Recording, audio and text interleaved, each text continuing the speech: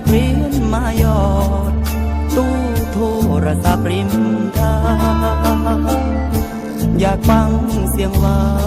นเติมใจให้มีพลังวันใดบ่เห็นหน้านางได้ฟังเสียงก็ยังดีอย่าได้รำคาญหากพี่นั้นโทรมาบ่อยเห็นใจพี่หน่อยบอกคอยพบเจ้าสักทีรอให้โทรหารอแล้วก็มิดซีรีเบอร์โทรที่ทำงานที่เคยให้ทำหาหรือยังวันนั้นโทรมาทำไมจึงรีบบางหูข้างกายมีภัยซ่อนอยู่หรือมีผู้ดักฟังพี่เกรงใจเจ้าแต่ยามเหงาขอโทรคุยบ้างให้ใจมีหวังให้ชีวิตมีแรงใจอยากคุยนานนอกตู้นั้นคนเข้าคิวทาเอาไว้มือหน้าเลิกงานสิโทรหาไม่บ่มียังขอฟังเสียงเติมแรงใจวันนี้ก่อนที่วางสายขอฝากใจด้วยคำคืนหอ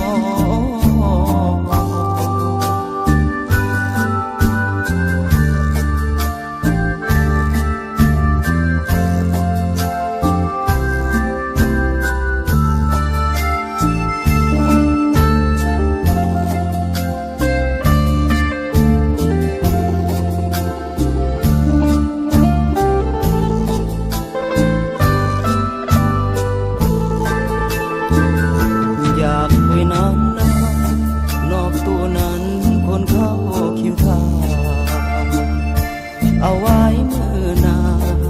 เลิกงานสิโทรหาไม่บ่มียังขอฟังเสียงเติมแรงใจวันนี้ก่อนพี่วางสายขอฝากใจด้วยคำคืนหอ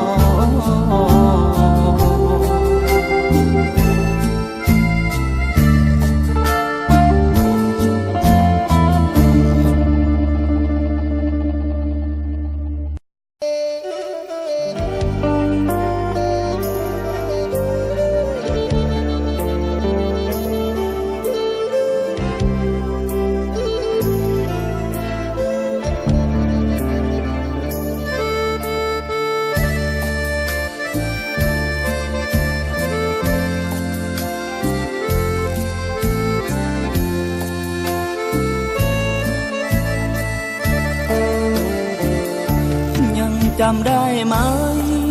ผู้ชายหน้าตาแหล่ๆที่มันตกเป็นผู้แพ้แก่คนผู้มาทีหลัง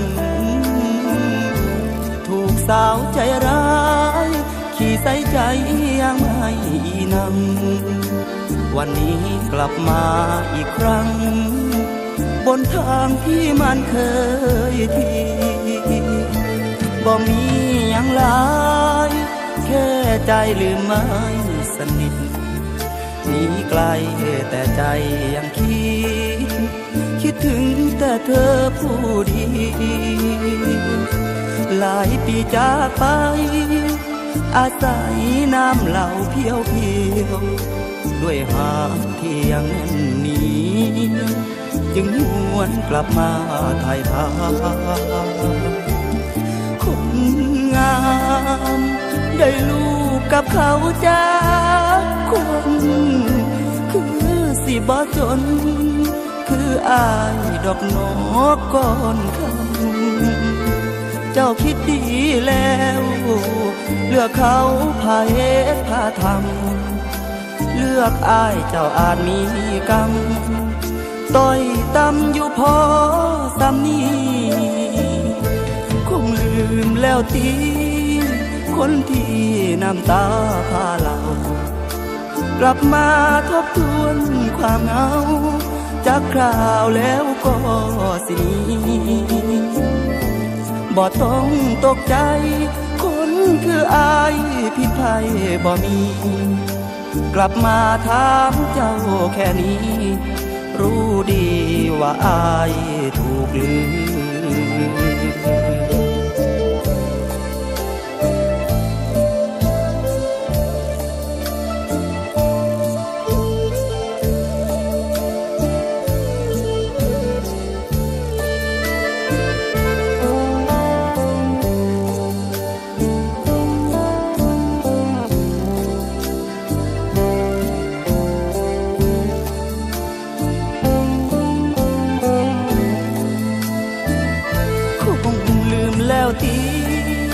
คนที่น้ำตาพาเรากลับมาทบทวนความเหงาจากคราวแล้วก็สินี้บ่ต้องตกใจคนคืออายผิดไปบ่มีกลับมาถามเจ้าแค่นี้รู้ดีว่าอายถูกลืม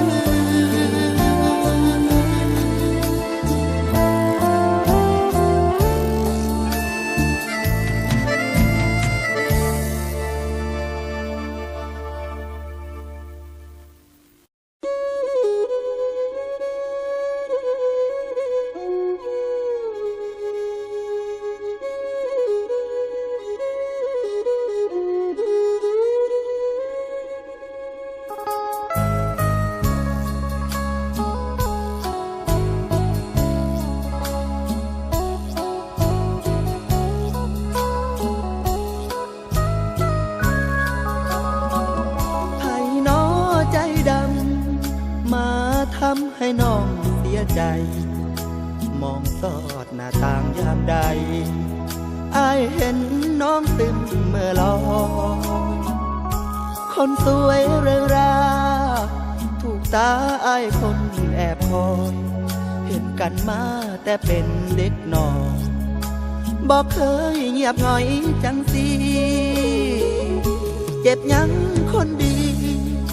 อ้ายนี้อยากรู้จักนำหรือคนที่มาประจำหายไปจนมิดทีลีคือคนใส่ร้ายหรือใจถูกพยายามดีหากอายซอยได้ยินดีสิหาวิธีบรรเทานั่งก้มหน้าเตาข้างเกยเข้าเอาไม้เคียดินชาวบ้านเว้าให้ได้ยินทุกบ่สิ้นย้อนขึ้นน้ำผู้บ่าวอายคนเหมือนไกลเห็นยามใดก็ปล่อยซึมเศร้าฟังเสียงแม่อ้อยกินข้าวมันเหงามาฮอดบ้านอายเจ้าทุกเรื่องใดบอกอ้ายได้บ่น้องนาอ้ายขอช่วยเต็มกำลังหาทางให้ทุกผ่อนคลายถ้ารักพาเศร้าที่เขาทำร้ายจิตใจลองหันมามองคนไกลเพื่อดึงใจเจ้าคืนมาบ้าง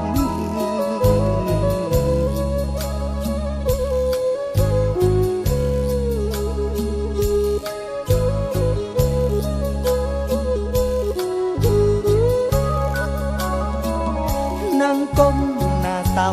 ข้างเกยเข้าเอาไม้เคียดินชาวบ้านเว้าให้ได้ยินทุกบ่สิ้นย้อนขึ้นน้ำผู้บ่าว